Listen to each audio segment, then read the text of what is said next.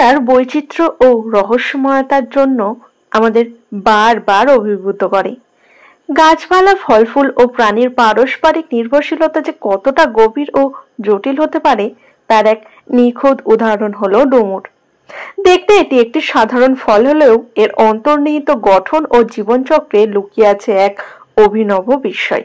ডুমুর আসলে একটি উল্টো হয়ে থাকা গুচ্ছ ফুল, যার ভিতরে ঘটে চলে এক আকর্ষণীয় ও নিঃশব্দ নাটক। আর এই নিয়েই আমাদের আজকের ভিডিও। নমস্কার, আমি বিথিকা। আপনারা আছেন গল্প বিথিকা ইউটিউব চ্যানেলের সাথে। আশা করছি আপনারা আমার ভিডিওতে একটা করে লাইক করে দিয়েছেন। আজকে আমি আমার ভিডিওতে ডুমুরের ফুল সে সম্পর্কে বিশেষ কিছু তথ্য আপনাদের সামনে তুলে ধরার চেষ্টা করব। আমরা যে ফলকে ডুমুর বলে চিনি তা আসলে বাইরে থেকে দেখা যায় না এমন ক্ষুদ্র ক্ষুদ্র ফুলের সমাবেশ।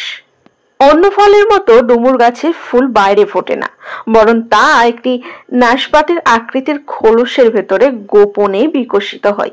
এই গোপন ফুলগুচ্ছই সময়ের সঙ্গে সঙ্গে পরিণত হয় একটি রসালো, নরম এবং সুস্বাদু ফলের রূপে।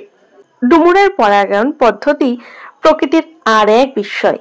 এর ফলটি পরাগায়ন ঘটে একটি বিশেষ পোকা ডুমুরের বোলতার মাধ্যমে।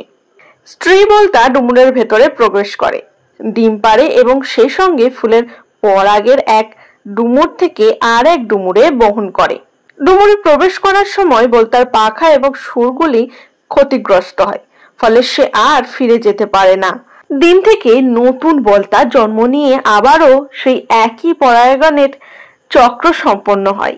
এই পারস্পরিক সম্পর্ক এতটাই নির্ভরশীল যে ডুমুর গাছ ও ডুমুরের বোলতা একে অপরকে ছাড়া বেঁচে থাকতে পারে না।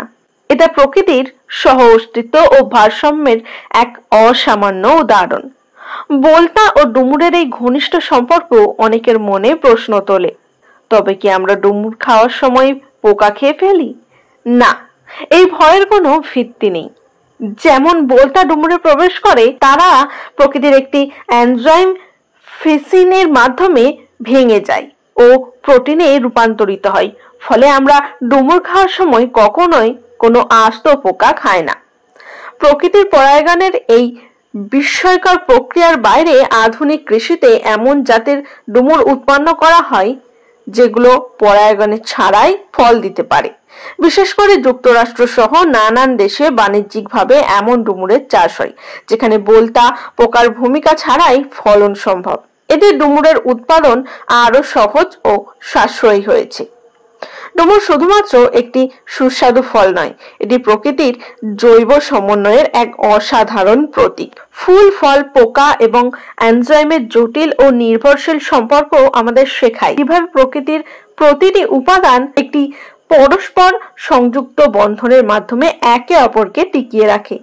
ডুমুর তাই শুধু খাদ্য নয়, বরং প্রকৃতির সৃষ্টিশীলতা, ভারসাম্য ও সৌন্দর্যের এক নিঃশব্দ বার্তাবাহক।